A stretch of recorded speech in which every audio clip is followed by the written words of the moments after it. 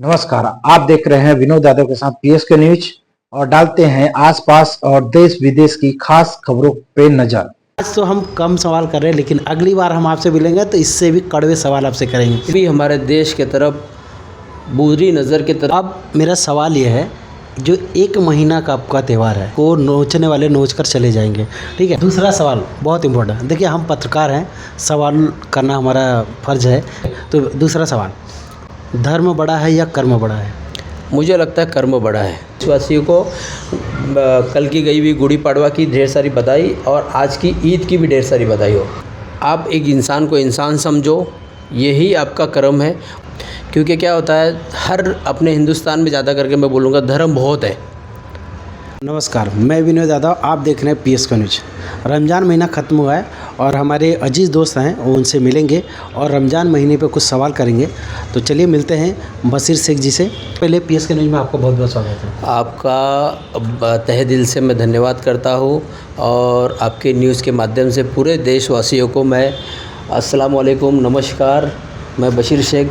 रमज़ान ईद और आज हमारी रमज़ान ईद का खूब बेहतरीन मौका आप लोगों के माध्यम से बहुत अच्छी तरीके से गुज़रा और पूरे देश में, पूरे हिंदुस्तान में और पूरी दुनिया में अच्छी तरीके से रमज़ान ईद बनाई गई है।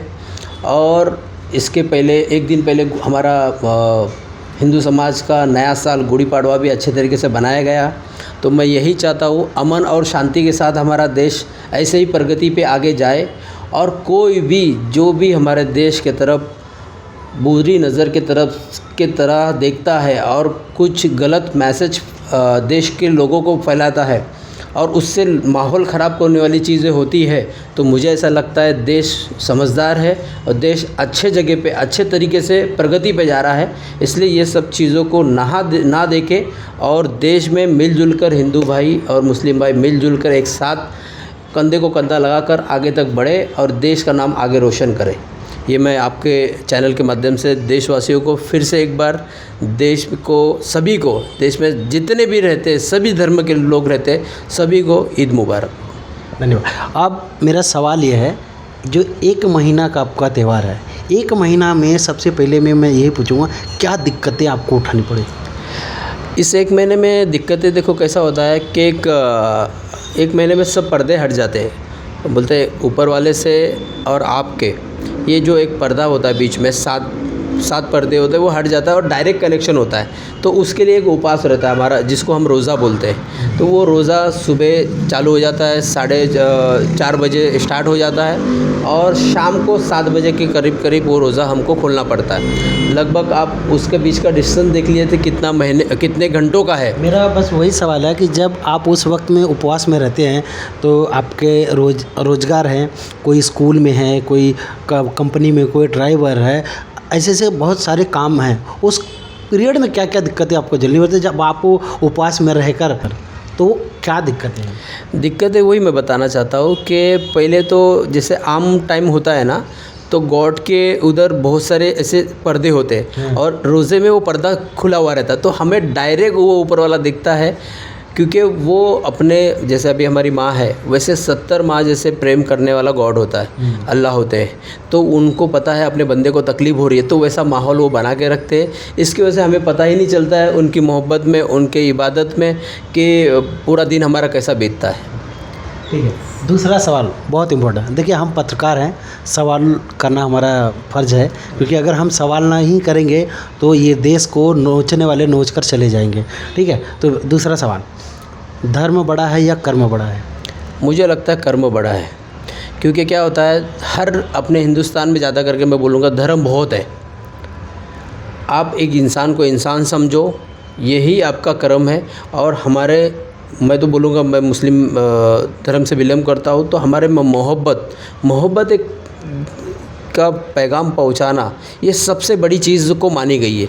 आप हज करो या आप रोज़ा रखो या आप ज़कात दो, ज़कात में तो हमारा जो भी एक खर्चा किसी को, गरीब को अपन कुछ चीज़ें देते हैं, वो सब चीज़ें हैं मोहब्बत, कि हम एक दूसरे के साथ में भाईचारा रखें, भले वो कोई भी धर्म का हो, कोई भी कास्ट का हो। वो मुझे 2 शब्द सुना भी रहा है तो मुझे ये चीज़ उस टाइम पे संयम रखना है, उस टाइम पे कूल रहना है कि उसकी 2 चीज़ सुनने के बाद हमने रिएक्शन नहीं दिया ना, वो घर पे जाके सोचेगा कि उसने रिएक्शन क्यों नहीं दिया, और उसमें वो बेचैन होकर वो हमसे माफ़ी मांगने आएगा। ये है मोहब्बत और ये है इंसानियत। और मुझे लगता है यही होता है कर्म, कि तुम अच्छे कर्म किसी के साथ, अच्छे इखलाक मतलब अच्छा नेचर किसी के साथ रखो, वो ही सबसे बड़ा धर्म होता है, मुझे ऐसा लगता है। ऐसा ना हो कि आप कह रहे तो मौलवी जी बोलेंगे कि गलत संदेश दे रहे हो। नहीं, देखो क्या है, मौलवी साहब का काम करेंगे, एक पॉलिटिशियन का काम करता है, और हम समाज के बीच में रहने वाले लोग हैं और एक सामान्य व्यक्ति है हम। तो हमें जितने हमारी एज है उतने एज में हमने माहौल देखा है, क्योंकि बचपन से लेकर आज तक उत्तर भारतीय समाज, महाराष्ट्रन समाज, कोली समाज, कुणबी, आगरी, गुजराती, मारवाड़ी, ये सब के साथ हम मिलकर इस देश में आगे बढ़ रहे हैं। और अभी तक के मेरे जितने भी दोस्त हैं ये सब लोग हैं, तो मुझे पता है ना, उनके साथ में मैं रह रहा हूँ, मौलवी साहब नहीं रह रहे। मौलवी साहब अपना प्रचार कर रहे हैं, पंडित जी अपना प्रचार कर रहे हैं, जो धर्म के गुरु हैं वो अपना प्रचार कर रहे हैं, वो देश अपने समाज को आगे बढ़ाने का काम कर रहे हैं। लेकिन समाज में हम सब रहते हैं, तो मुझे यही इच्छा है कि हम मिलजुल के रहें। जिस तरह से आप कह रहे हैं कि मौलवी जी अपना प्रचार कर रहे हैं, पंडित जी अपना प्रचार कर रहे हैं, और सब अब कहीं ना कहीं प्रचार ही कर रहे हैं, ऐसा नहीं लगता कि इनके प्रचार की वजह से बाकी जो देश में समस्या खड़ी हो रही है, क्या उनके प्रचार से ऐसा नहीं हो? कुछ लोग ऐसे हैं कि जिनके भाषण की वजह से, जो संविधान को अपने बोलते हैं ना जागीर समझते हैं, उनके वजह से माहौल बिगड़ रहा है। वो राजनेता भी है, वो पॉलिटिशियन जैसे है, और कुछ समाज के ठेकेदार जो है अपने आप को ठेकेदार समझते हैं। मुझे ऐसा लगता है कि वो ठेकेदार ना बने, वो अपना काम करे, और जो भगवद गीता और कुरान में जो चीज़ें लिखी है, बाइबल में जो चीज़ें लिखी है, वो ही लोगों तक बताए। अन्यथा बाहर की माहौल और बाहर की किताब देखकर आप इसका उसका सुनकर कि भाई उसने हरा रंग पहना है, उसने ऑरेंज रंग पहना है, ऐसा जब सोच के आप मैसेज दोगे तो आपको मौलवी बोलना भी अधिकार नहीं होता है, आपको पंडित जी बोलना भी अधिकार नहीं होता, आपको गॉड बोलना भी, फादर बोलना भी अधिकार नहीं होता, मुझे ये लगता है। चलिए, जैसे अभी आपने कहा हरा रंग पीला रंग का नाम लिया, हरा रंग पीला रंग जो सफ़ेद रंग है वो तो एक ही है, उसमें भी लोगों ने भेदभाव किया है। इसी वजह से मैंने बताया ना, जैसे आपने बताया कि उनके स्टेटमेंट की वजह से जो माहौल ख़राब हो रहा है, तो ऐसा स्टेटमेंट उनको बाहर से आते हैं रंग का, तो जब भी जाके ये सब चीज़ें ख़राब हो रही है। आपको एक झाड़ देख लो, झाड़ पहले हरा रंग देता है, एक फल को देख लो वो ऑरेंज रंग देता है, दूसरा जब अपन उसको चीज़ें उसको निकालते हैं तो वो मिठास देता है। तो ऊपर वाले ने बताया है भाई तुम कोई नहीं हो, तुम मीठे हो, और तुम एक दूसरे के साथ भाईचारा का रिश्ता बनाकर इस देश में आप जो भी धरती में रह रहे हो, जो भी देश में रह रहे हो, उस देश का निष्ठावान बनो। जो मराठी में एक मन होता है, मी या देशाचा निष्ठावान व्यक्ति आहे, मतलब मैं इस देश का एक ऐसा नागरिक हूँ कि जिसकी वजह से मेरे देश की प्रगति होनी चाहिए, ना कि मेरे देश का माहौल ख़राब होना चाहिए। चलिए, त्यौहार है इसलिए ज़्यादा हम सवाल नहीं करेंगे, सवाल बहुत है, लेकिन आज के बाद जब मिलेंगे तो बहुत सारे सवाल करेंगे। लेकिन आखिरी सवाल, बहुत इम्पोर्टेंट सवाल है, एकदम आखिरी सवाल, और मैं चाहूँगा कि शायद इस सवाल का जवाब देंगे। इस देश में करीब करीब 6 से 7 धर्म हैं, ये अलग अलग धर्म कहाँ से हैं? पहली बात तो आपको मैं जानकारी देता हूँ, आपको मेरे से ज़्यादा जानकारी है। इस धरती पे पहला इंसान जो आया वो आदम अलैहिस्सलाम आए, अब उनको एडम भी बोलते हैं। बहुत सारे धर्म में अलग अलग उनका उल्लेख है, अलग अलग किताबों में।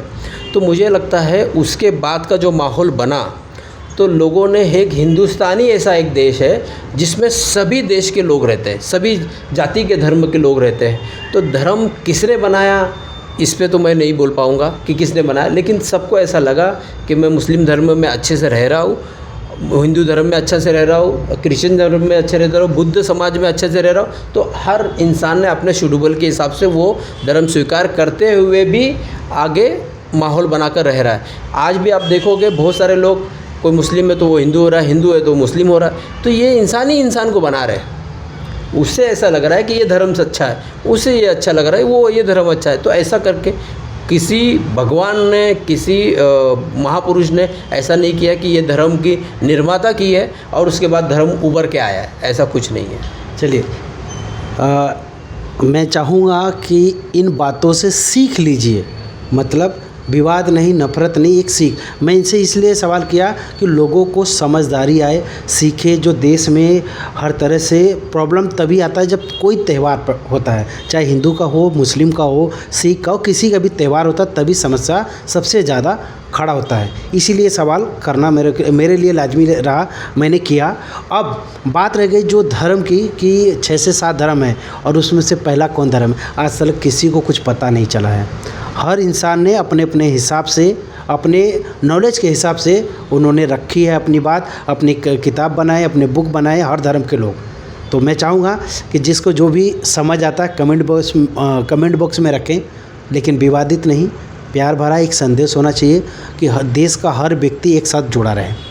ठीक है, आज तो हम कम सवाल कर रहे हैं, लेकिन अगली बार हम आपसे मिलेंगे तो इससे भी कड़वे सवाल आपसे करेंगे। बिल्कुल तैयार हैं आप? बिल्कुल कीजिए। और मैं चाहूँगा कि आप कड़वे सवाल करो कि उसका अच्छा मैसेज मैं लोगों को दे पाऊँ, और लोगों के बीच से मैंने जो सीखा है वही मैं दे रहा हूँ। मुझे इतना मैं ज्ञानी हूँ नहीं कि मैं मेरे तरफ से कुछ लिख के मैं आपको दे सकता हूँ। और लास्ट में बात करूँगा आपके चैनल के माध्यम से पूरे देशवासियों को कल की गई हुई गुड़ी पड़वा की ढेर सारी बधाई, और आज की ईद की भी ढेर सारी बधाई हो। ईद मुबारक। ये देख लीजिए, ये जो अभी लास्ट का दो लाइन है, जो 2 शब्द है, इन्होंने हिंदू धर्म के भी स्वागत किया और अपने भी धर्म का स्वागत किया। ये होता है एक समझदार व्यक्ति की समझदारी। तो चलिए, वीडियो कैसा लगा, खबरें कैसी लगी, सवाल कैसे लगे और आपके विचार कैसे हैं, कमेंट बॉक्स में रखें। और वीडियो अच्छा लगे तो लाइक, कमेंट, शेयर करके आप हमें सपोर्ट करें। जय हिंद, जय भारत। आज की खास खबरों में बस इतना ही। मिलते हैं अगली खबर के साथ।